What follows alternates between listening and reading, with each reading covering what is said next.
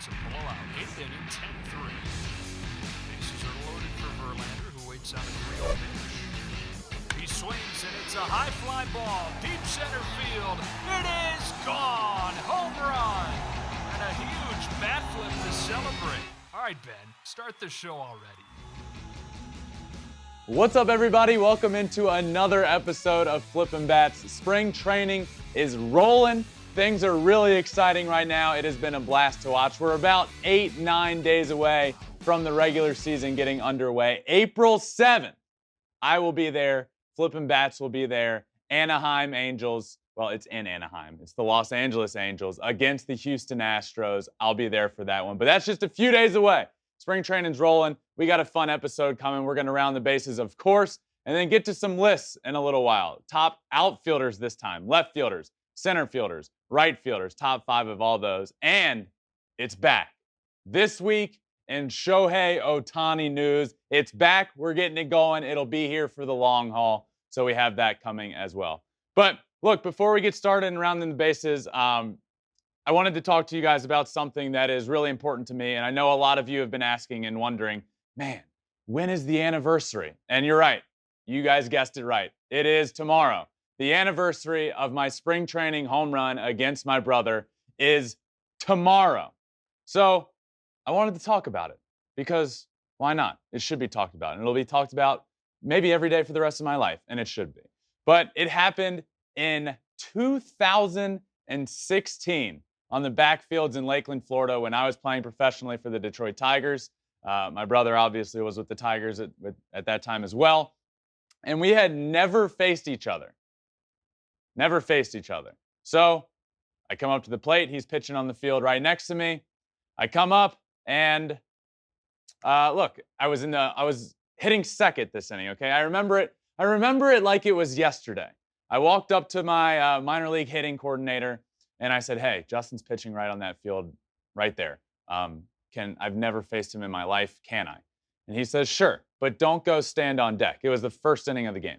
Don't go hit first. I want you to hit second so you're not in his eyesight. So I want you to stand behind the dugout, and then when the first guy gets on or gets out, run up there. So I'm standing behind the dugout. First batter pops up to right field. Justin turns around to watch him catch it. And as he turns back around, I'm standing there in the box, ready to go. And here it is. We have the video of what transpired. So if you're just listening, go to YouTube and watch it. But here it is. First pitch I've ever seen.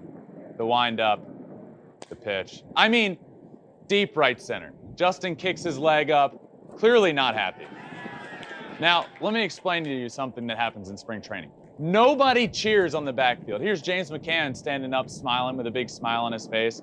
I'm rounding third. Justin doesn't even look at me. Can't even look at me. Just kind of smirks. First pitch I had ever seen off of him.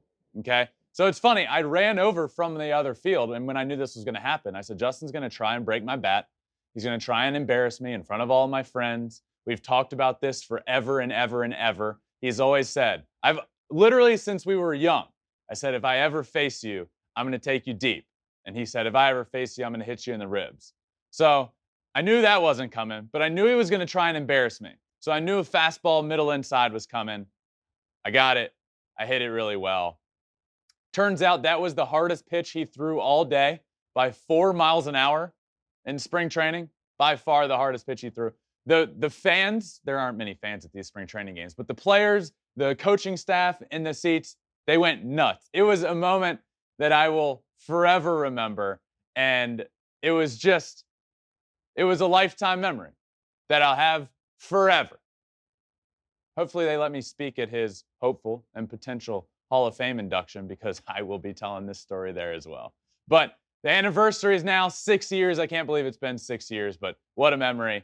Won't ever forget that one. But speaking of spring training, speaking of fun games and memories, let's start rounding the bases. Let's go to first base and talk about a guy that I have a lot of memories of in my life, Albert Pujols. Albert Pujols is, one, calling it quits after this year. But he's going back to the St. Louis Cardinals.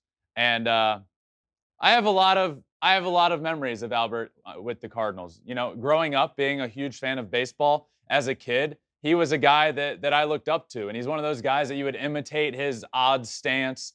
And now the legend, the machine, goes back to St. Louis to end his career.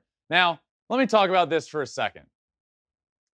Albert Pujols, in the eyes of many, it's shifted over the course of the last decade or so, and it's because of his contract with the Angels. But let's get one thing straight. Albert Pujols is one of the greatest of all time. Period. Hands down. We need to remember him for that. Now he's going back to St. Louis where he did all of his damage. I saw a fun stat when he first re-signed with the Cardinals, that Paul Goldschmidt and Nolan Arenado, two fantastic, great baseball players for the Cardinals. If you combine both of their stats, combine RBIs, hits, home runs, all of it, none of them reach Albert Pujols and where he currently sits. So the machine is hanging up his spikes, but he's got 1 year left to go, and he's going to do it with the Cardinals. And look, he's 21 home runs away from 700. 21. Now, that seems like a long shot because he's not going to be a guy that plays every day. But who's going to doubt? Who's going to doubt Albert? I hope it happens. I also hope if he gets to like within 5 that he signs like, let's do like an NBA sort of deal next year. He signs like a 10-day contract and goes in and hit. How cool would that be for the sport? Bob Nightingale, friend of the pod, tweeted, Albert Pujols announces that this will indeed be the final year of his career. His dream of going into the Hall of Fame together with close friend Yadier Molina should be realized. Also, a great point. Yadi has announced this is his last year as well. It's kind of funny. Yadi announces it's his last year, and then Albert comes back, and, you know, rightfully so. Well, you know, Albert's going to get a lot of the praise this year. It's going to be a retirement tour. Look, I think retirement tours are sort of like a blown out of proportion thing, but not here. There's not a lot of guys that you can look at and say, he deserves it. He absolutely deserves it. 3-time MVP, 10-time All-Star, 2-time Gold Glove winner, 2-time World Series winner. This is, the list goes on and on and on. He's the machine. And he will forever be somebody that I will remember as the greatest hitter that I got to see growing up. Albert Pujols, Miguel Cabrera. Those are the two names that stick out to me. Plain and simple. Now, there's a different wave happening now, which you could add Mike Trout into all that. But the other wave, my growing up watching baseball, falling in love with the sport, was because of Albert Pujols. Nobody was more feared than Albert Pujols. You think of feared hitters? When Albert was in his prime, Albert Pujols, Barry Bonds.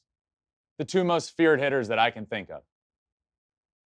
That's pretty incredible. What a career for Albert Pujols. I'm excited that it's ending in St. Louis. Tony La Russa, his manager for so long in St. Louis, tweeted, I'm really excited for him. The fans deserve it.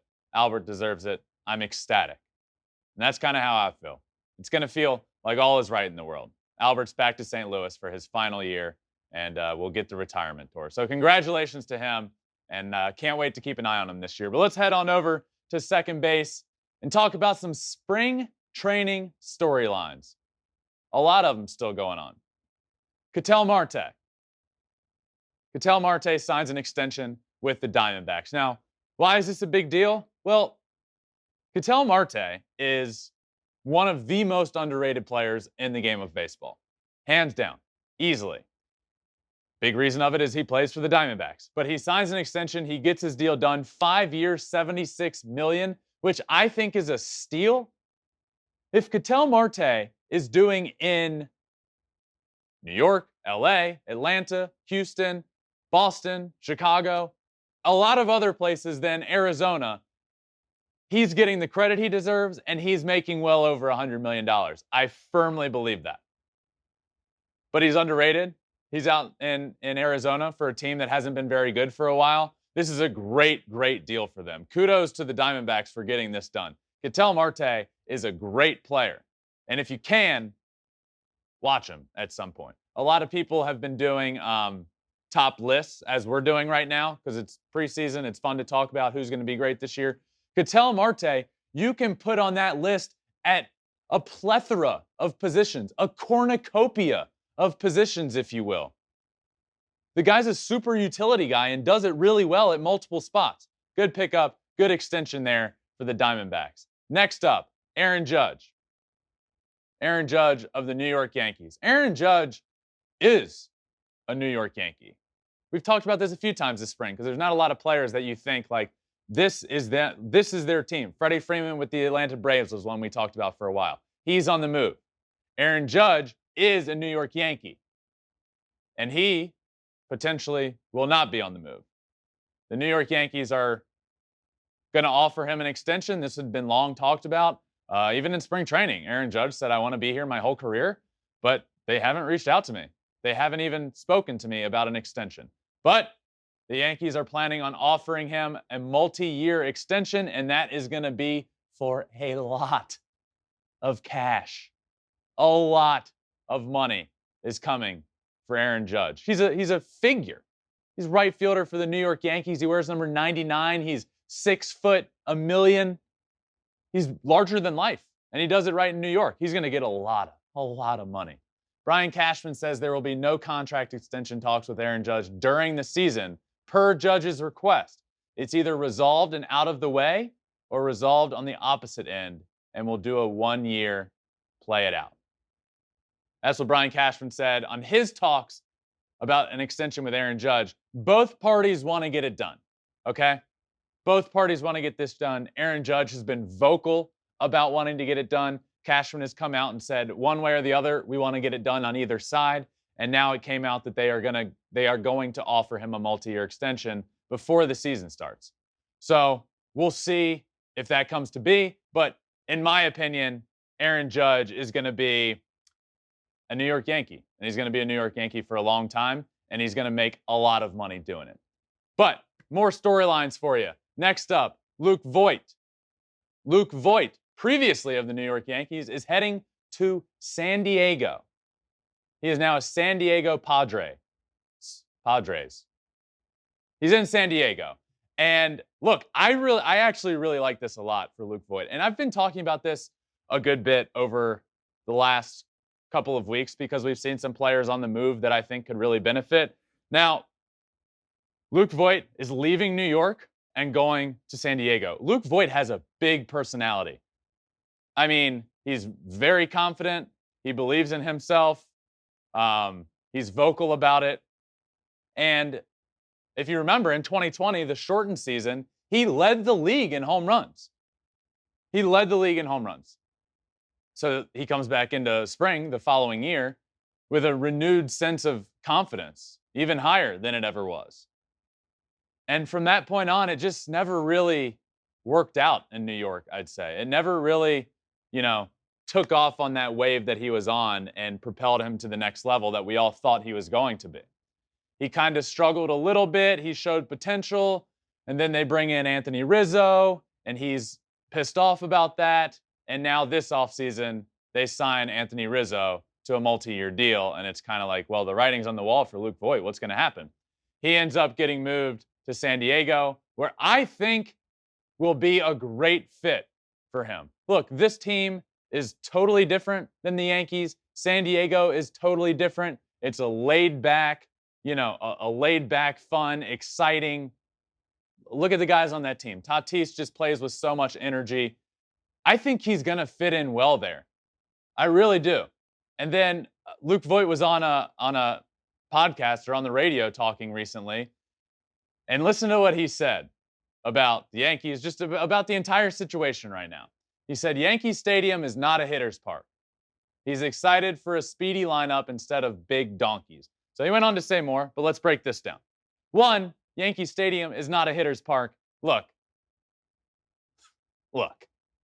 I get what you're saying. The gaps get really deep. But if you are a major league player playing in a stadium that is basically 310 feet down the lines, come on. You can't come out and say it's not a hitter's park. You can pop up a ball to right field and it'll get out. You can pull a line drive down the line and it'll get out. Now, there are deep parts of the park, but I don't know. Just seems like a bold thing to say. Then he said he's not in a lineup. He's excited to be in a lineup with speedy guys and not big donkeys. I mean, he's a big donkey. He's certainly not a speedy guy. So maybe, look, I really think for the Padres, this is a perfect fit. He's going to be great there, I think. He's also glad he didn't get traded to Oakland and the shaving rule didn't affect him much because his beard sucks. But he said, because his beard sucks. But he said he's glad he didn't get traded to Oakland, who's making a million trades, because he's used to being on winning teams. He's always been on winning teams. Okay, look, I'm excited for Luke Voit. I'm excited for the Padres. I think it's going to be a great fit. How can you say you've always been on winning teams? Because their record was above 500? Is that winning? If you ask Yankee fans, when was the last time we won? If you say, when was the last time the Yankees won to Yankees fans, they wouldn't say, oh, 2021, we had a winning record. No, you're not on a winning team if you're just above 500 and make it to the wild card game and then lose. Not a winning team. But I think the Padres have a much better year than they did last year. I think something fell apart for the Padres. I don't know what it was. We saw a lot going on in the dugout, but that stuff happens all the time. I think Bob Melvin stepping in as their manager will be great. I think the team will be much improved, and I think adding Luke Voit into that lineup will be great for them. So good move all around. Just a funny interview from Luke Voit on the radio that I wanted to talk about. But good move for him and the Padres. Next up, another storyline. Cody Bellinger.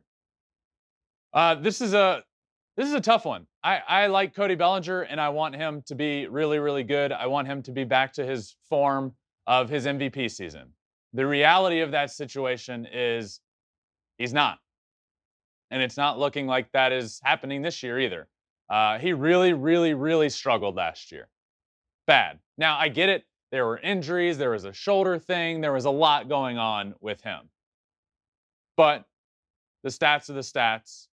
He didn't have a good year. He gets into the playoffs. And when I say he didn't have a good year, Cody Bellinger last year was awful. It was a really bad year.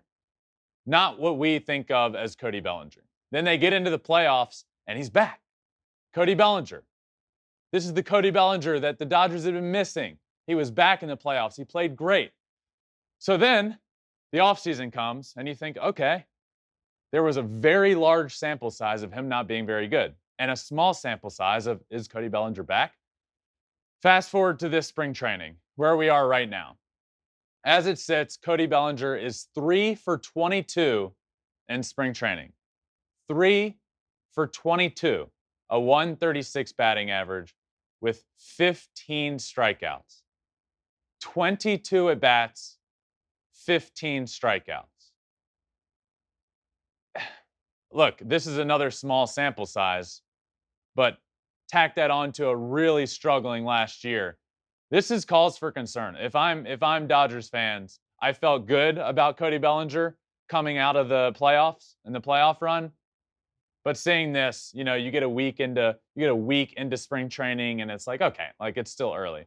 You get to 22 at bats in, and he's punched out 15 times. That's cause for alarm. That's cause for alarm. Here's what Dave Roberts said about the situation. His manager, Dave Roberts, on Cody Bellinger, who had 4 strikeouts tonight and 14 Ks and 19 spring at bats.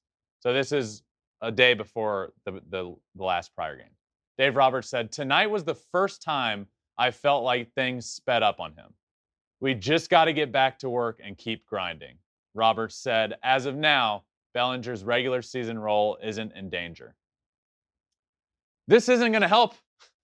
This isn't going to help the situation. I promise you there's a lot mental going on here. Baseball is the most mentally grueling game there is. Why? Because you play it every single day. It's 162 games. It's a grind in itself. And if you start struggling, it snowballs.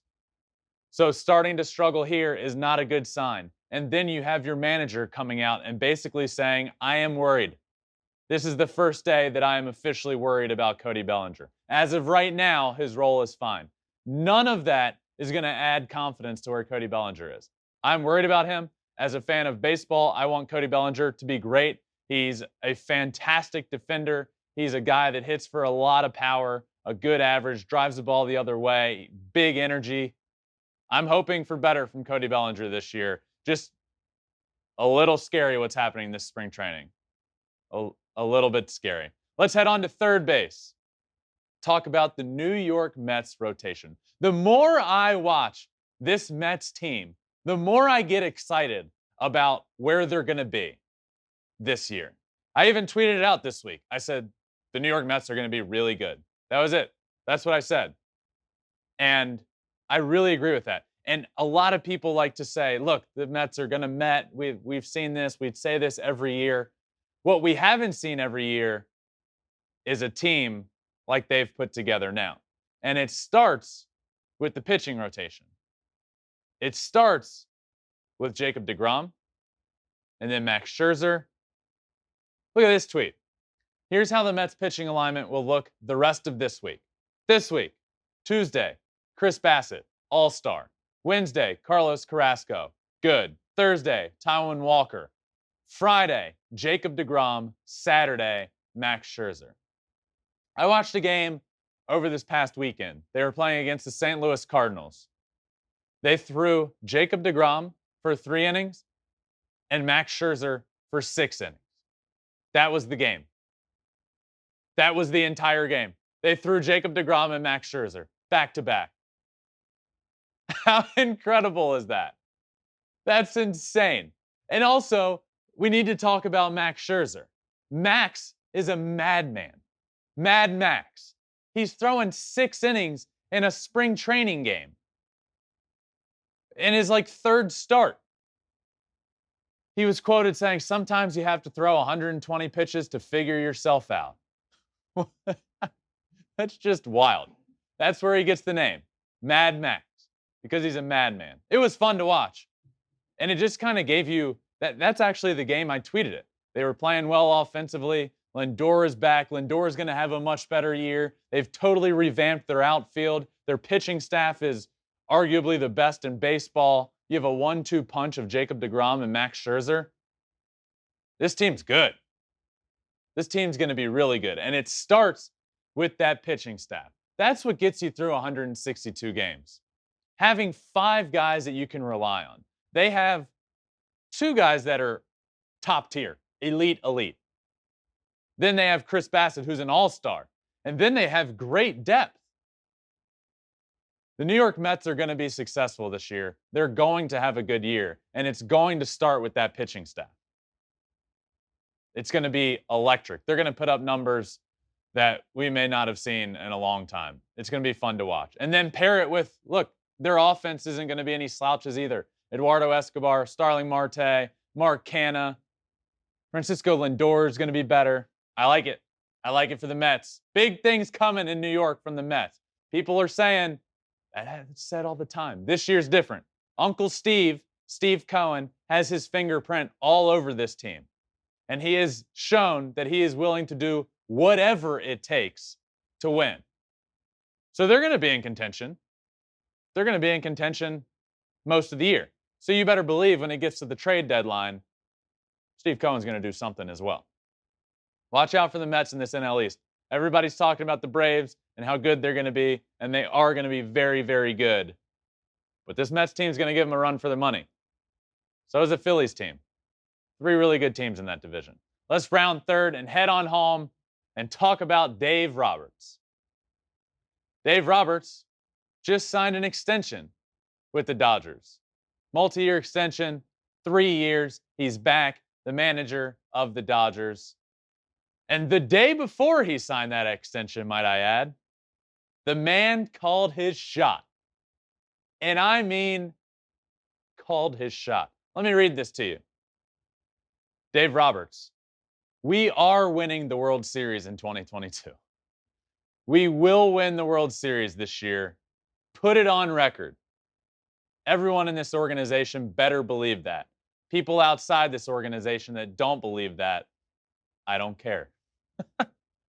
I love it. I love that quote. That is confidence at an all-time high. And to be quite honest with you, if you have a roster that the Dodgers have and do not win a World Series, it's a failure of a year. And I felt the same way about last year. Last year was a failure of a year. They didn't win the National League. They didn't get to the World Series. They had an incredible roster. It was a failure of a year. With a roster like that, with a lineup like that, oh, look, he called a shot. It's bold, but I like it. I love it. I think that confidence, instilling that confidence in yourself, that belief, instilling that confidence in your team and the entire organization and the fan base, put it out there. If you're wrong, you're wrong.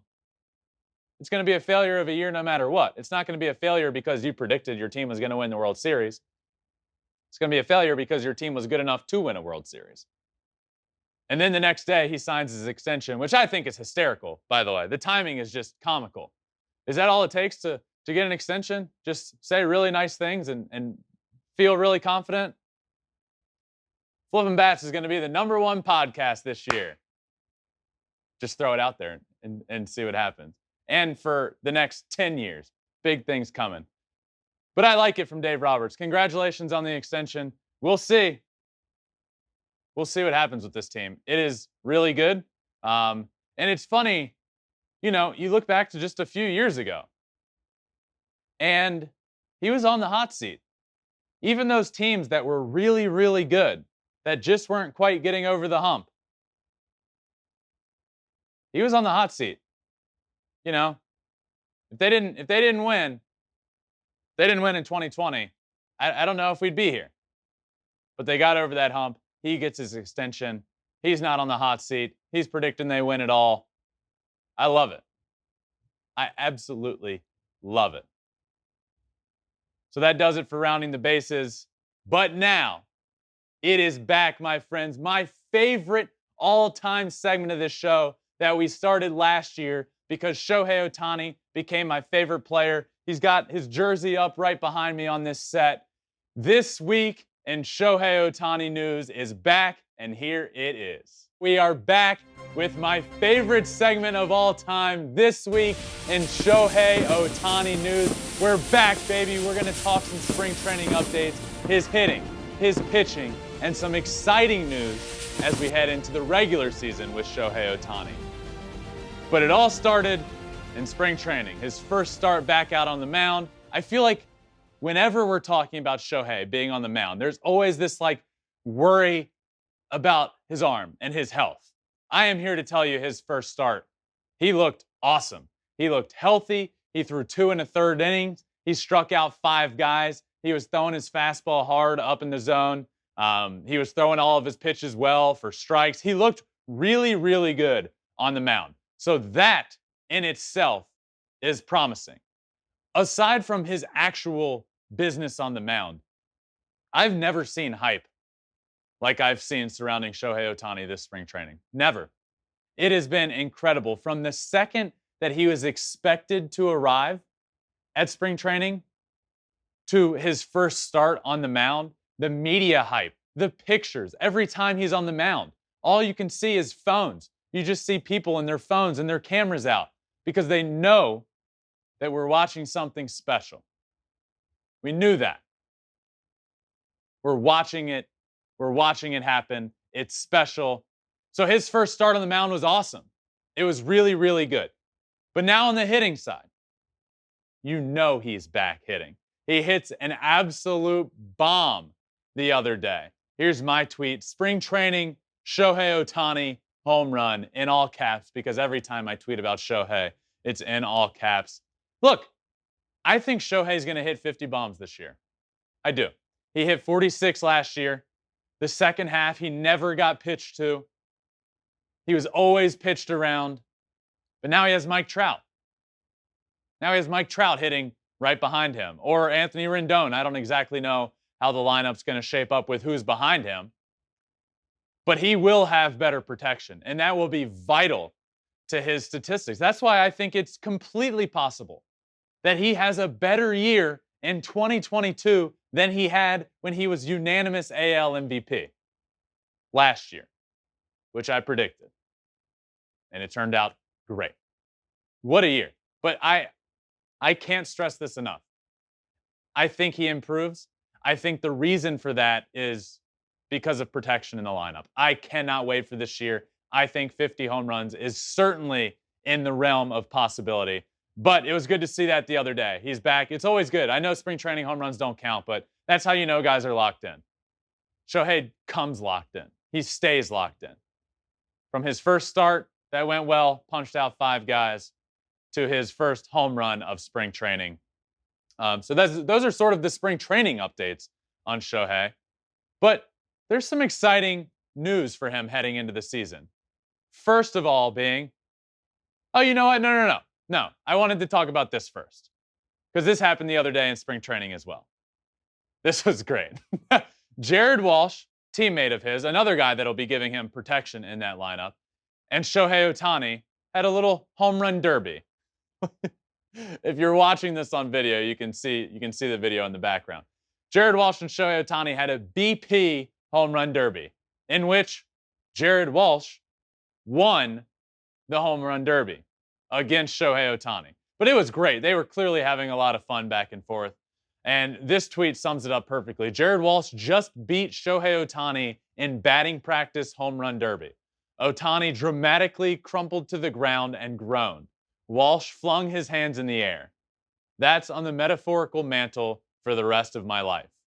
Walsh said, I'm going to tell everyone. What? Me too. This is like my home run off of my brother. I'm going to tell everybody. It's on my metaphorical mantle for life. In fact, I think it's on my actual mantle. This is up there for Jared Walsh beating Ohtani in a home run derby. This was great. This was a lot of fun. That's another thing I love about Shohei. He's just a kid playing a kid's game. And you can see it every time he takes the field. You could see it in his career. His career propelled when he was finally able to pitch and hit in the same game and just do what he loves and feel free doing it. You can see him out there on the field. He just has a blast playing this game every single day. He has a blast in BP, competing with his teammates. I love it. I love Shohei Ohtani. I love that Jared Walsh won the home run derby against him. But that was in batting practice the other day. Now, we can talk about the regular season. And we can talk about the exciting news. Shohei Ohtani has been named the opening day starter. April 7th against the Houston Astros. I will be there. Our team will be there. We have so much exciting content and stuff coming for you for opening week. But this is at the top of my excitement list. Not at the top. You know what? My brother's finally going to be back on the mound. But Shohei gets the opening day start. And I am pumped up about that. He deserves it. I can't wait for the atmosphere down there in Anaheim on opening day. The atmosphere, the buzz, Shohei reigning AL MVP. Mike Trout will be back. But Shohei will be on that mound for April 7th, the first game of the year, as it should be. But a little more. It doesn't stop there with the exciting news. It was also announced that Shohei Ohtani will be batting leadoff to start the season. You guys remember the All-Star game from last year? Shohei pitched. He started on the mound, and then he batted leadoff. Last year, we saw a lot of him batting in the 2-hole. This year, we're going to see him in the leadoff. I'm really excited to watch this Angels team this year, and it all starts with Shohei Ohtani and Mike Trout. And opening day, Shohei will be on the mound. Shohei will be batting leadoff. Mike Trout will be batting somewhere right there behind him. This Angels team is going to be fun.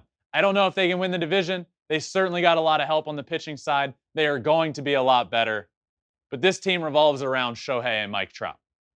And opening day, April 7th, Flippin' Bats will be there, bringing you all the sights and sounds and feels, and I'll be taking it all in myself. I don't know what day my brother's going to be pitching that series, but he will be back at some point, and he will get to pitch to Shohei, and Shohei will be pitching on opening day. So we had a lot to talk about. That's why we brought it back this week, and Shohei Ohtani news is back. It is here to stay. The screen behind me is back. The lights are back. This is my favorite segment. And finally, because of his spring training so far and some exciting news I had to bring you, it is back. And that does it for this week in Shohei Ohtani news. It feels so good to have that back. It's a vital part of this show, and it's back. He's hitting bombs again. It's a part of this show. Let's move on to some lists. I've been doing this every week of spring training pretty much, and now we're to the outfielders, the top 5. Now this is for 2022, who I think will be the top in 2022. We're going to do left fielders, we're going to do center fielders, we're going to do right fielders, and that wraps up all the positions. We've hit it all, so let's do these, and to do that, I'm going to bring my producer Conrad out here to walk me through this, and let's start with left fielders. Coming in at number 5, we have Christian Yelich. Christian Yelich, another guy that in 2019 was on an MVP pace. He was great, and then hit a steep decline and hasn't been very good. But I like what I've seen from him in spring training. I think he's going to be back to Christian Yelich form. So the reason he is here is because I believe he will have a better year than he has in the past 2. He has struggled. I think he figures it out, and I think he finds a way to be back to Christian Yelich, who easily was towards number 1 on this list a couple of years ago. He wasn't at all last year. I like him to finish in the top 5 left fielders this year. I really do. I'm believing in him, Conrad. Coming in at number 4. This one was a big debate yesterday between us. Giancarlo Stanton. Yep. Giancarlo Stanton is... Look, I had to put him on this list. He is good. He's still great. He hits a bunch of bombs. I really like what he does. When he gets hot, it's tough to beat him. It's tough to beat him. He's a former MVP. He's certainly capable of hitting 50 bombs in Yankee Stadium, despite it not being a hitter's park, according to Luke Voigt. But he's capable of doing it. I think he has a really good year. I like what I saw from him down the stretch last year, the last month or so of the season. He was in fuego. Giancarlo Stanton. He's going to be good, and I think he's going to be a top 5 left fielder. Coming number 3, Tyler O'Neill. Yeah, Tyler O'Neill is really, really fun. If you're not familiar with Tyler O'Neill of the St. Louis Cardinals, please do so. The guy has biceps bigger than my legs. He is fast. He hits bombs. He plays good outfield. He's young. Familiarize yourself with Tyler O'Neill. I think he takes another step forward this year. He was great last year. I think he's really good this year. The Cardinals got a good one playing left field for them. Tyler O'Neill is a stud. I think he finishes as the 3rd best left fielder this year. They can thank the Mariners for that one. Coming in number 2, Michael Brantley. Oh, Uncle Mike. The man just hits. Rakes. That's simple. The man just rakes. It could be a right-handed pitcher. It could be a left-handed pitcher. It does not matter. Michael Brantley is a professional hitter. That's what he does. He's a great piece in that lineup, surrounded by a lot of power, speed, contact. Michael Brantley does it all. He is such a good fit in that lineup, and year in and year out.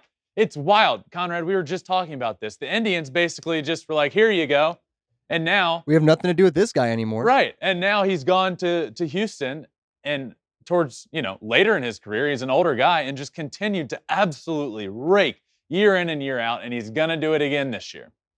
Coming in number 1, which brings me so much happiness, Jesse Winker. I love Jesse Winker. I love him. I was watching a spring training game with him yesterday, and he was doing like the play-by-play. And man, we should have talked about that. But I'll tell you about it right now. He was doing the play-by-play, and he was on the bench, and pitcher got to 0-1 count, gives up a bomb the next pitch, and he's just hysterical. He's like, well, I'm never doing this again. And he's great. He's a great personality, but that's not the reason he's right here. That's not the reason he's number 1 on this list. He's number 1 on this list because he's just really, really good. He's an all-star last year. The guy hits. The guy's a left-handed power bat, one of the best lefty power bats in the league. And I'm really excited to see what he does for this Mariners team. I don't think we're talking enough about the Mariners. I really don't. We talk about him a lot here. It's because I'm forced into it by my Seattle Mariner fan producer, Conrad. Yep. But in all seriousness, we talk about them a lot because I believe they're going to be very good. this trade that they made for Eugenio Suarez and Jesse Winker is going to be really good for them. He comes in at the number 1 left fielder for this year. So let's move on and let's talk about center fielders. Coming in number 5 in center field, we have Brian Reynolds. Brian Reynolds, underrated solely because of where he plays. He plays for the Pittsburgh Pirates. People don't watch a lot of Pittsburgh Pirates baseball. Don't blame you for that. I wish they were better. They deserve to be better. The fan base deserves better. But this guy is better. This guy is great. Brian Reynolds has been very consistent over the last couple of years, hitting over 300, bunch of bombs, plays a good center field. I like him a lot. I think, like I said, I think he's an underrated guy. He is certainly on this list. And if you're not familiar, familiarize yourself. Look up his stats. Watch him play. He is great, and he is a great young star in this league. Number 4, Luis Robert. Luis Robert. This will be the Luis Robert breakout year. That's what I got on Luis Robert. He is our very own Frank Thomas of Fox said that Luis Robert is a 6-tool player. I didn't even know what that was. There aren't 6 tools, but he is a 6-tool player. He hits bombs. He plays great center field. He runs fast. He is a freak of nature. He will be really good this year. I pray that he has a full healthy season because he is so good in limited games last year. Very limited. He hit .338 with 13 homers, 43 RBIs, and a .946 OPS. That's in about 50 to 60 games. It was in that range. And those are the numbers he puts up. I hope he stays healthy because he is one of the bright young stars in this game of baseball. And I think he is certainly going to be a top 5 out center fielder this year. Coming number 3, George Springer. George Springer still feels weird looking at him in that Blue Jays uniform. I love it. But I do too. He looks great. I'm same with him. I hope he stays healthy this year. He wasn't healthy all of last year. This Blue Jays team is going to be really good. When they had him last year, they were really good. So I'm hopeful he stays healthy. And when he does, we've all seen it. We all know George Springer. We all know what he's capable of doing. We all know the postseason player he is, which I believe the Blue Jays will get there this year.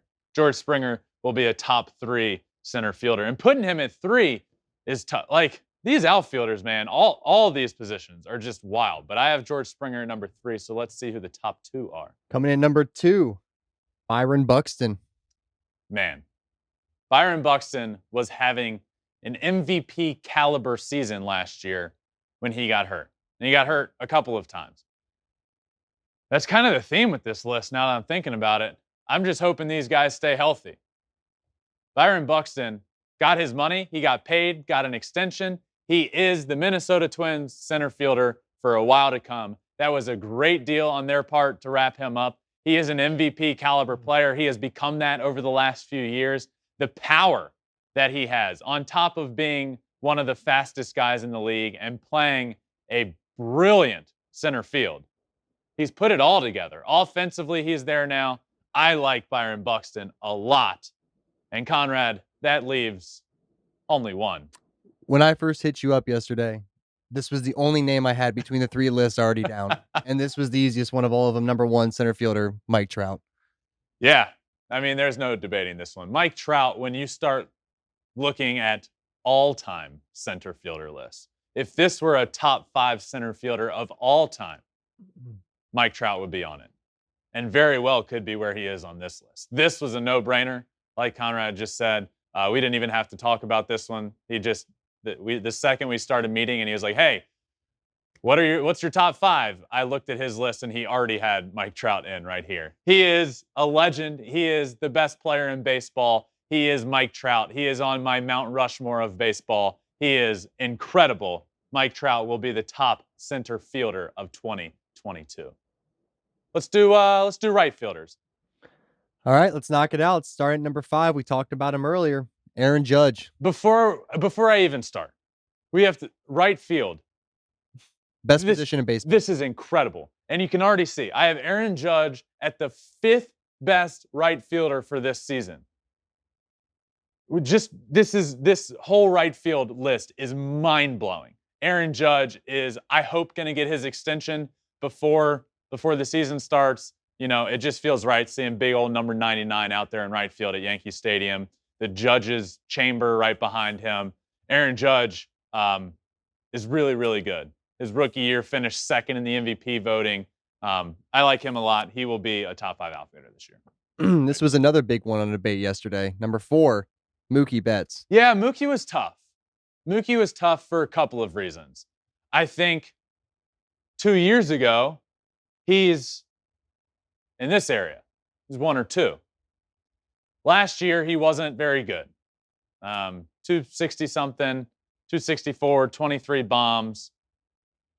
But he's Mookie Betts. I believe he's one of the great players in this game. I believe he's going to be that again this year.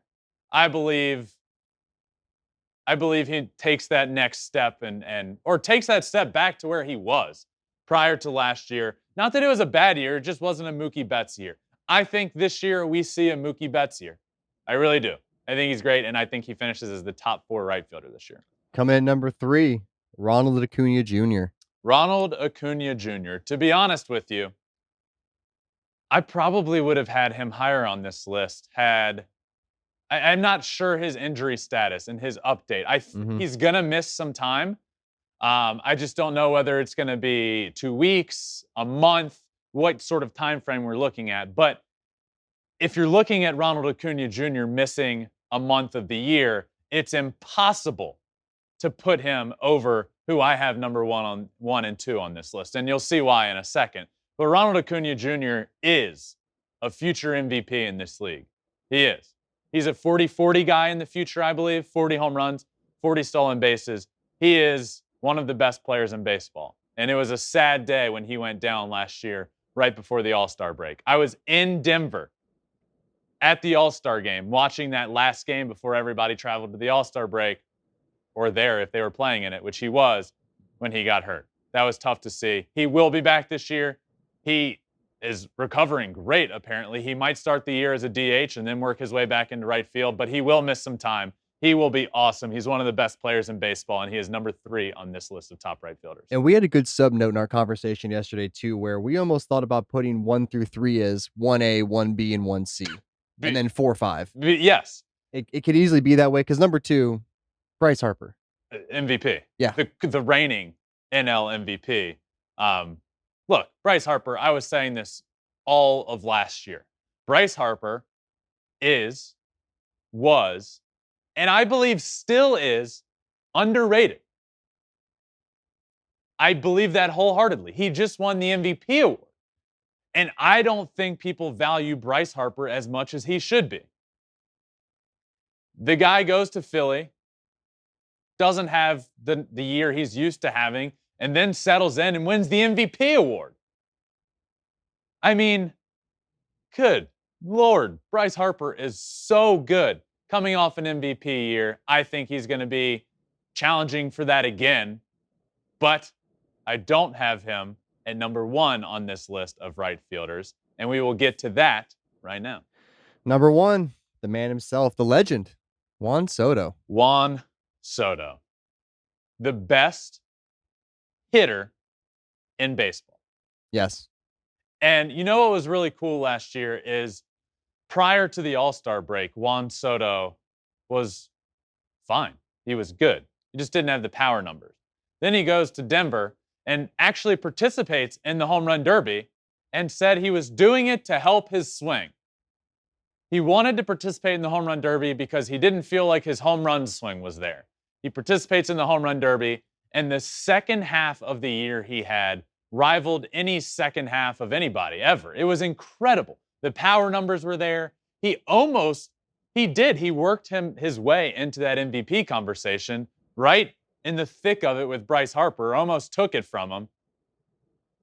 So I can only imagine this offseason he's been participating in home run derbies to have his home run swing there for him. Juan Soto is, to me, the best hitter. When you look at the best hitters in baseball, Juan Soto is at the top of that list. And that is why he is at the top of this list for who will be the top right fielder this year in 2022. And he's also, credit to him, he has gotten a lot better defensively from where he first was when he came up to where he is now. Hats off to Juan Soto for continuing to propel in the box, but also putting an effort in the outfield and becoming, in my opinion, the top right fielder in all of baseball. So that rounds out our list. That rounds out all of our lists. We've gone from starting pitchers to right fielders. We made our way around the field. We finished our list. That does it for today's list. Left fielders, center fielders, right fielders. And that's that. All right, I got a couple of extra innings segments for you. I like to do this every week before I wrap up. Something that just, I don't know, something that just hits me a little different. It means a lot to me. I got a couple this week. We're playing 2 extra innings. First up, a really, really cool story with the Los Angeles Dodgers and Andrew TOLES, formerly of the Dodgers, also started playoff games, has started in the playoffs for the Dodgers before, and recently as 2018 played. This was a tough story. In 2020, he was homeless, really struggling with his mental health, found sleeping behind an airport at one point, and was really struggling in and out of mental health facilities. But this is a good story and a cool story. And just the other day, the Los Angeles Dodgers re-signed TOLES to a contract just so he could have access to his health care and to get the help he needed. What a cool story. It's a tough situation and something that is sad, and the Dodgers were able to turn this into something good and something positive. I think we all hope that Andrew TOLES gets the help that he needs, and he wasn't able to get that help, and he's not able to get that help without the health care. And the Major League Baseball health care is one of the best you can possibly get. So for the Dodgers to sign him and to allow him to keep that health care is absolutely incredible, and certainly something that I wanted to shed a light on. Now, I should say that there is no money involved with the contract, and he is not taking up a roster spot for the Dodgers. They were able to sign him so that he can just keep the health care and get the help that he needs. So we're all rooting for Andrew TOLES. I liked watching him play. This is a sad situation that now hopefully is turning a corner, and he can get the help he deserves because of the Los Angeles Dodgers. So really, really cool there of the Dodgers to do that. Moving on to the next extra inning. I want to talk about MLB The Show. Why? Well, one, the new video game, MLB The Show 22, is coming April 5th. This past week, myself and the Flippin' Bats crew got to go down to San Diego studio and get an entire tour of the whole place. A behind-the-scenes tour of what their brand new studio looks like, in and out of certain rooms, learning about the ins and outs of the game, how they make the game, learning about the diamond card features, how they come up with ratings. I even played the Office Champ. I claim to be a pretty good MLB The Show player myself, but I went down there and got to play the MLB The Show San Diego studio Office Champion. So you got to check out how that goes in this feature that we did that will be coming out April 4th. So Monday, the Monday of opening week. Opening day is April 7th. MLB The Show comes out April 5th. April 4th is when our MLB The Show 22 feature comes out. So don't miss that. It truly was such a blast. And even if you don't love the video game, it'll still be a really cool thing for you to see their whole studio and how we did there. And they even gave me a little surprise at the end, which this was not staged, and I will not spoil it. You'll have to watch the feature when it drops in a few days. But I was surprised. They gave me something really cool because of the fan of the game that I am, and, I can't spoil the rest. But just check it out on Monday. A really cool day, something really special. Here's a picture of me and Ramon, who is the face of MLB The Show behind the scenes. So what a day. Again, that is Monday, April 4th, the day before the game drops, and just a couple of days before opening day. We are close, my friends. We are just a few days away from opening day. The Astros and the Angels will be playing out here in LA. Flippin' Bats will be there. We will be doing multiple shows there, but I just can't wait for baseball to finally be here. We have made it to the end of spring training. We're just a couple of days away. Thank you guys for listening as always. Make sure you check it out anywhere you listen to your podcasts, Apple, Spotify, Google, wherever it may be. And we also have social media, Twitter, Instagram. Every episode is available on YouTube for the video portion. Subscribe there as well. But I appreciate you guys listening. We're just a few days away. I will see you next time on Flippin' Bats. It's a blowout. 8th inning, 10-3. Bases are loaded for Verlander, who waits on a 3-0 pitch. He swings, and it's a high fly ball, deep center field.